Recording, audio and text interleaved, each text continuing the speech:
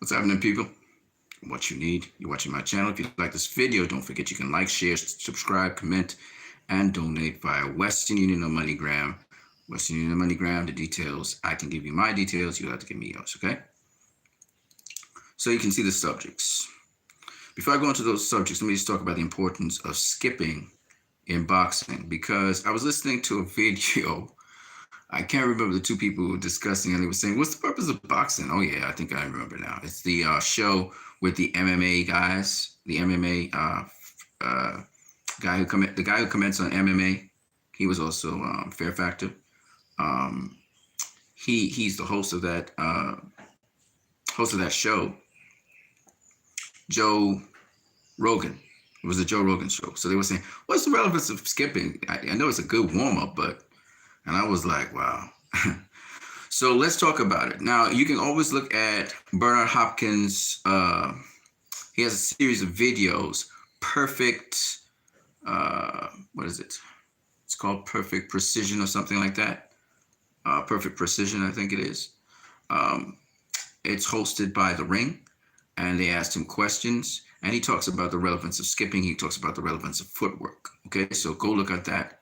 I think it's called Perfect Precision or Precise Precision. I can't remember which one. And you can check out all those videos. Just type it in YouTube. But basically, skipping rope is not just a warm-up to get your heart rate up.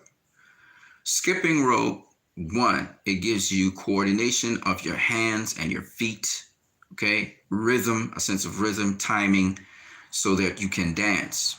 Also, if you look at skipping rope, you have to be on your toes. So it strengthens, your calf muscles. It strengthens all the muscles to keep you on your toes. So if you can go skipping rope for 20 minutes, 30 minutes, half an hour, that's basically like the length of a fight, a 10-rounder to a 12-rounder. And you're being on your toes all the time. So it helps you to strengthen that part of your body because you have to stay on your toes for the entire fight. Some fighters fight kind of flat-footed, but for the most part, you should be on your toes.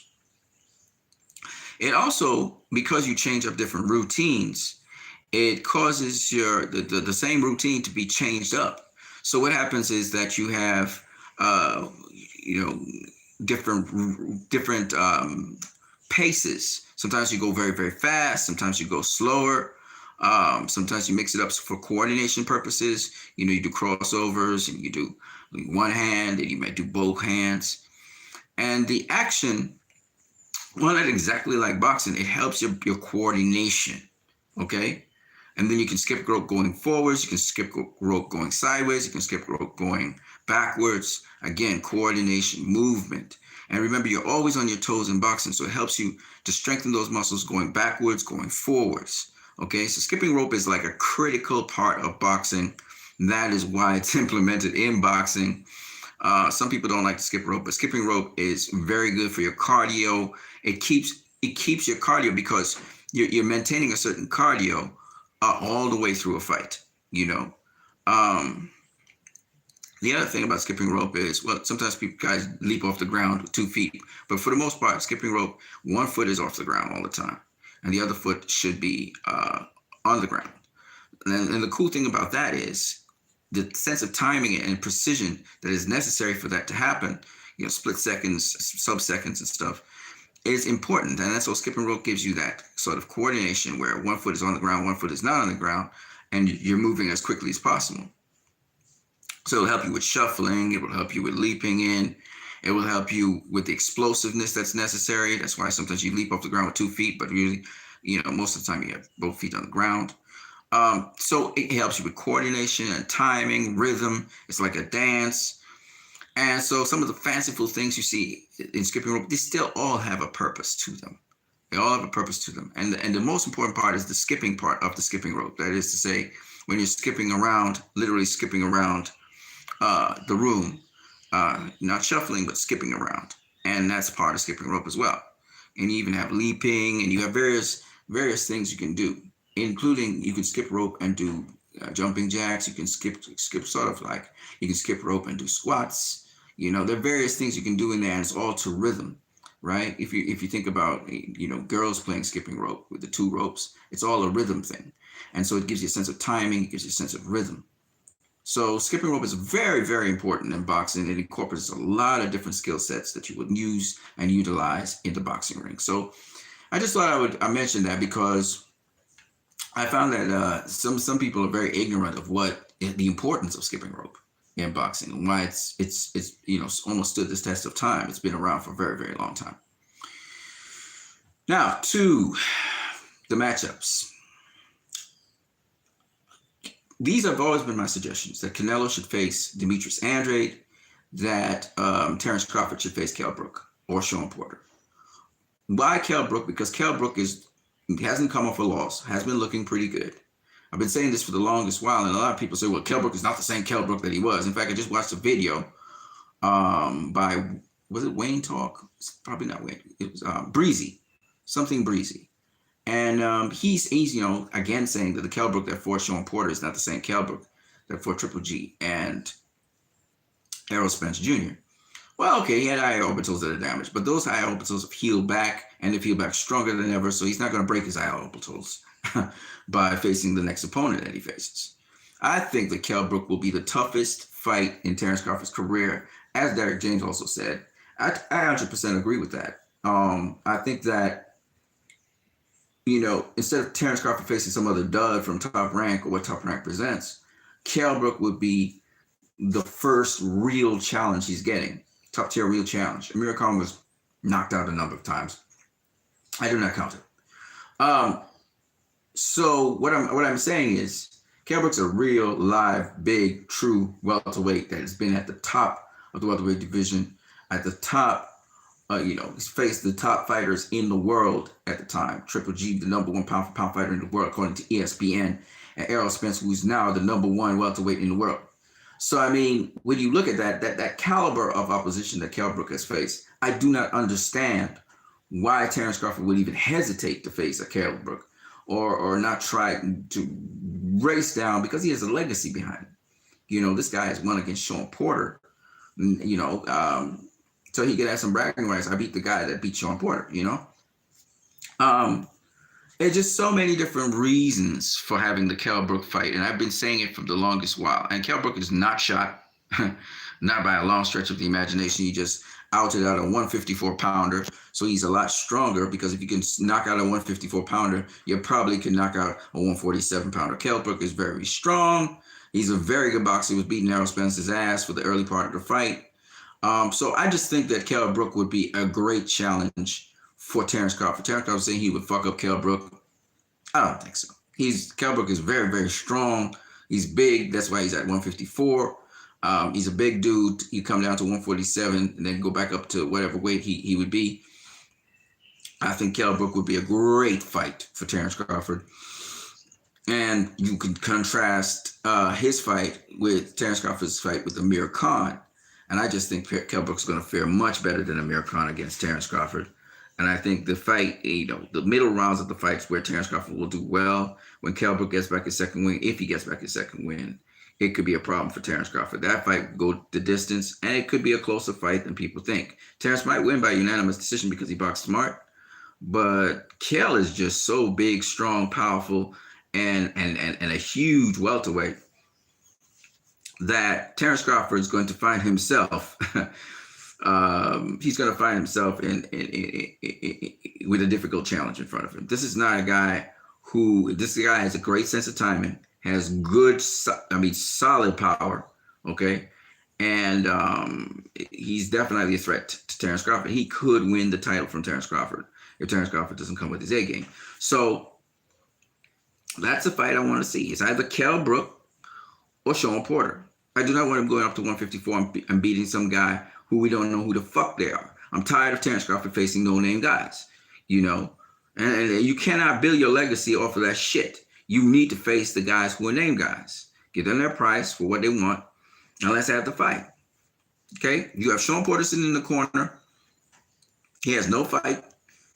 Terence Crawford won't face him. So why the fuck are you talking then, Terence Crawford? These things piss me off, because it's like you're talking about, I'm going to beat this guy, I'll beat this guy, but you're not going to face this guy. Okay, you're not going to face that guy. You're going to face another fucking dud. All right? That's what I have against Terence Crawford. All this chirping and chipping and chaying and saying they ducking and dodging me. But then when it comes down to it, you don't want to face them. You don't want to fucking face them. You end up facing some fucking dude named what the fuck is his name? Green Machine or something like that, right? And he drops your ass. So I mean, come on, man. Like seriously. And this is the thing that I don't like. And the fans that try to make excuses for this dude, fuck out of here. Okay. Want to see Terrence Crawford face somebody legit. You have the opportunity once again. I don't want to hear about no fucking person from, a belt is a belt. Fuck out of here with that shit. Okay? Just imagine Floyd Mayweather facing these duds. When he's supposed to be. Man, they went to town on him for facing Carlos Baldomir, who had beaten Zab Judah. Okay? Instead of facing Antonio Margarito. All because Bob Arum said, I think he's afraid to face Margarito, right? I mean, come on, man. Mayweather had a standard so high, they still went to town on him. But Terrence Crawford get a fucking pass. Fuck out of here with that shit. You're world champion so long. 3-divisional world champion. You facing duds still. And saying, they don't want to face me. Fuck out of here. You don't want to face Sean Porter. Face the motherfucking Sean Porter. Call him out and face him. Or face motherfucking Kell Brook. I'm tired of this bullshit. Right? You knew you could have knocked out Amir Khan. Everybody knew you could have knocked out Amir Khan. Any one of them top tier welterweights that faced Amir Khan would have knocked his ass out. So I'm tired of the bullshit. I'm not going to hype up a dude unnecessarily just because he's black or whatever, right? They say he got a lot of potential. Show me you got potential. Don't tell me you got potential. Show me the fucking shit. Terrence Crawford, he would beat Errol Spence, but he ain't fought nobody on a level of Errol Spence. He even fought a fucking Danny Garcia, but he can beat Errol. Get the fuck out of here with that shit, man. He be facing duds. He get dropped by a dud. Okay? Then y'all making excuses for him. Listen. We want to see Terrence Crawford in the ring with somebody legit. He has not faced anybody legit. The last legit person he faced was Victor Postol, and that was all the way back in 2013, 14. That was it, right? The other dude, the African dude, was not legit. Reggie's program put him to sleep easy, okay? Because the dude's fundamentally flawed. He's not legit, okay? Victor Postol is a much better fighter, but he even getting his ass beat by all kinds of people. All right? But that's as legit as it was getting. Okay? So, I mean, he ain't facing nobody legit. Who the fuck is Jeff Horn?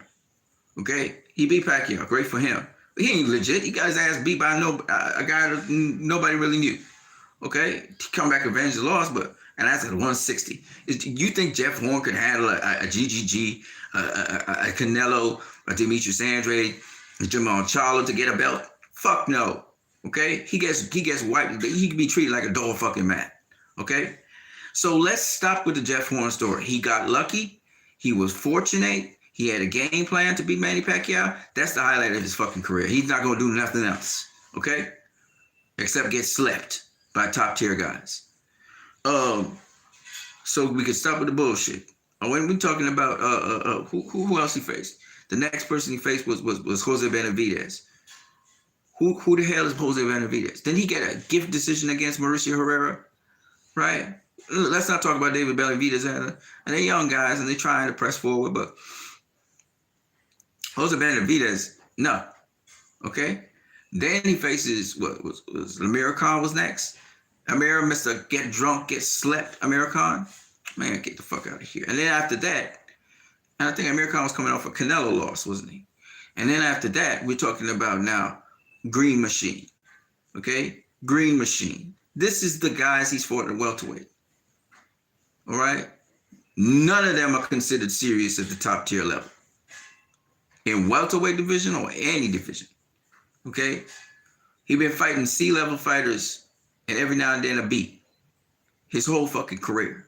He has one A-level fighter, and that's Ruckus Gambo. And he was criticizing Tank for not getting Gambo out of there sooner, but his fucking ass got tagged up by Gambo. So I don't understand. All right? I don't understand how you guys backing this dude. Right? I don't understand it. I really don't. Like, I'm talking honestly from a very unbiased perspective. I'm not a hater, but you guys will say, oh, he's a hater. I'm not giving reasons, man. I'm giving good, solid fucking reasons.